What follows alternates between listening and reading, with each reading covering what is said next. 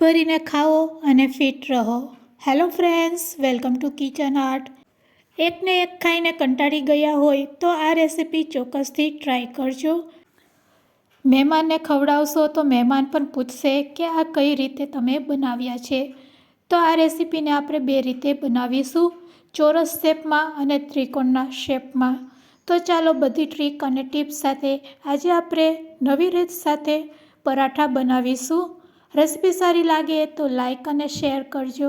મારી ચેનલ ઉપર નવા હોય અને મારી ચેનલને હજુ સબસ્ક્રાઈબ ન કરેલ હોય તો સબસ્ક્રાઈબ કરી બાજુનું બેલ બટન દબાવવાનું ભૂલશો નહીં, જેથી કરીને તમને મારા નવા વિડીયોનું નોટિફિકેશન મળતું રહે.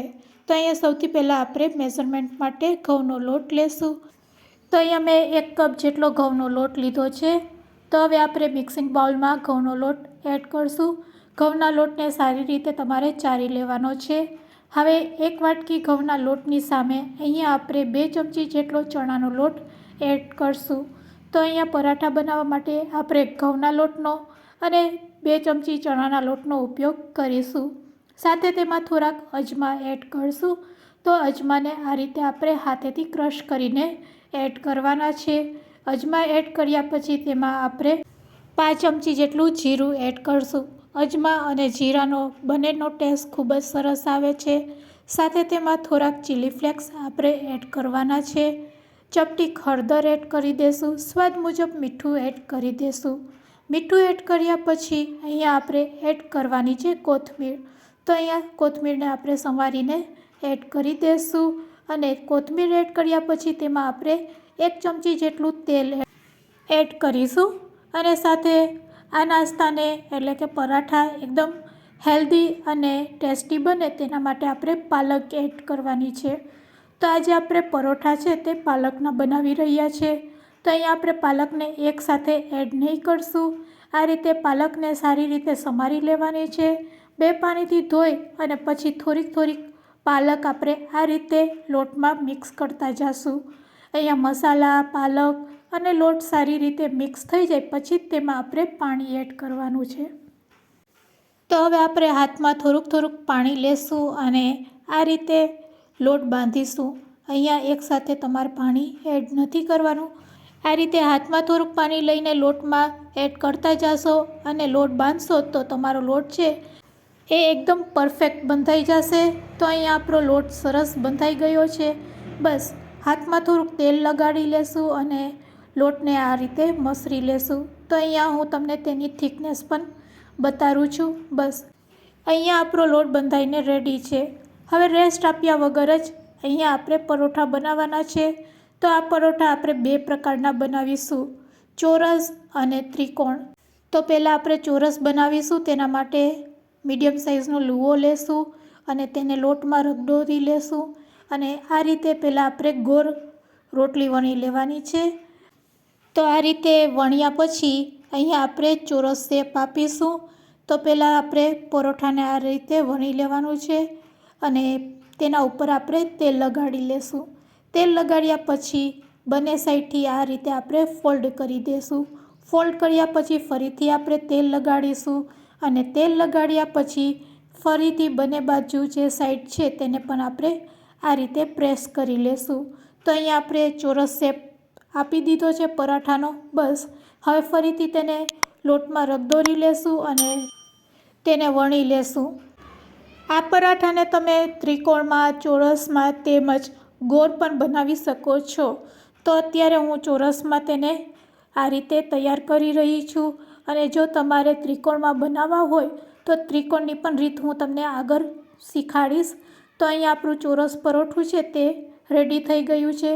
ફ્રેન્ડ્સ, આ વિડીયો તમે ક્યાંથી જોઈ રહ્યા છો તે મને કમેન્ટ્સમાં જરૂરથી કહેજો. મારી શીખવાડેલી ટિપ્સ જો તમને ઉપયોગી લાગતી હોય તો એક લાઈક પણ જરૂરથી આપજો.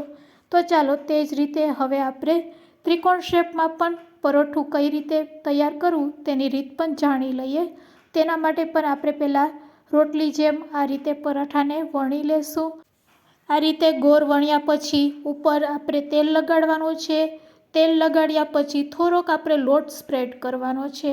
અહીંયા લોટ સ્પ્રેડ કર્યા પછી ત્રિકોણ શેપ આપવો છે. તો આ રીતે 3 ખૂણામાં આપણે ફોલ્ડ કરી લેશું. આ રીતે ફોલ્ડ કરવાથી તમે જોઈ શકો છો અહીંયા પરોઠાનો ત્રિકોણ શેપ છે તે તૈયાર છે। બસ આ રીતે ત્રિકોણ શેપ આપ્યા પછી આપણે તેને હળવા હાથેથી વણી લેશું એટલે બધી બાજુથી તે તૈયાર થઈ જાય। તો અહીંયા આપણું ત્રિકોણવાળું પરોઠું પણ રેડી છે।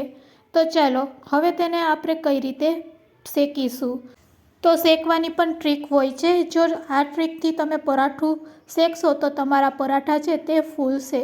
તો તમે તવા ઉપર અથવા તો લોઢી ઉપર આ પરાઠા શેકી શકો છો। લોઢી ગરમ થઈ જાય પછી આપણે પરાઠાને શેકવાનું છે અને પરાઠું એડ કર્યા પછી તેને તેલવાળું કરી લેવાનું છે। એક બાજુ તેલવાળું કર્યા પછી તેને તવેથાથી પલટી લેશું અને પછી બીજી બાજુ પણ તેલ લગાડી લેશું। લો ટુ મીડિયમ ફ્લેમ ઉપર આ પરાઠાને આપણે તવેથાની મદદથી દબાવતા જાશું અને શેકતા જાશું। તો અહીંયા આપણું પરોઠું છે તે સરસ શેકાઈ ગયું છે, તમે જોઈ શકો છો। ચાલો તેને હવે એક પ્લેટમાં કાઢી લઈએ। તે જ રીતે હવે આપણે ત્રિકોણિયું પરાઠું શેકીશું। તો લોઢી ગરમ હોય એટલે તરત જ પરાઠાને આપણે તેલવાળું કરી લેશું અને આ રીતે તેલ લગાડ્યા પછી તેને પલટાવી લેશું અને પલટાવ્યા પછી બીજી બાજુ પણ તેલ લગાડશું અને તેલ લગાડ્યા પછી બંને બાજુ તેને શેકી લેશું। તો ફ્રેન્ડ્સ, પરાઠા શેકવા તો ખૂબ જ ઇઝી છે, પણ પરાઠાને જો ફૂલાવા હોય તો તવેથાથી દબાવતા તમે શેકશો તો પરાઠા તમારા ફૂલશે।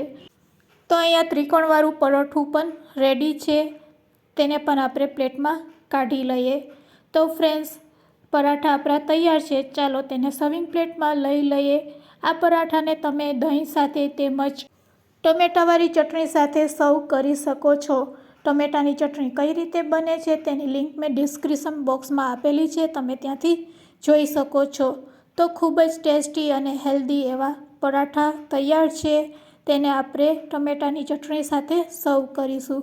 તો ફ્રેન્ડ્સ, આજની રેસીપી કેવી લાગી તે મને કમેન્ટ્સમાં જરૂરથી કહેજો અને જો રેસીપી સારી લાગી હોય તો તમારા ફ્રેન્ડ્સ, મિત્રો અને ગ્રુપમાં શેર કરવાનું ભૂલશો નહીં। મારી ચેનલ ઉપર નવા હોય તો ચેનલને સબસ્ક્રાઈબ જરૂરથી કરી લેજો। Thanks for watching.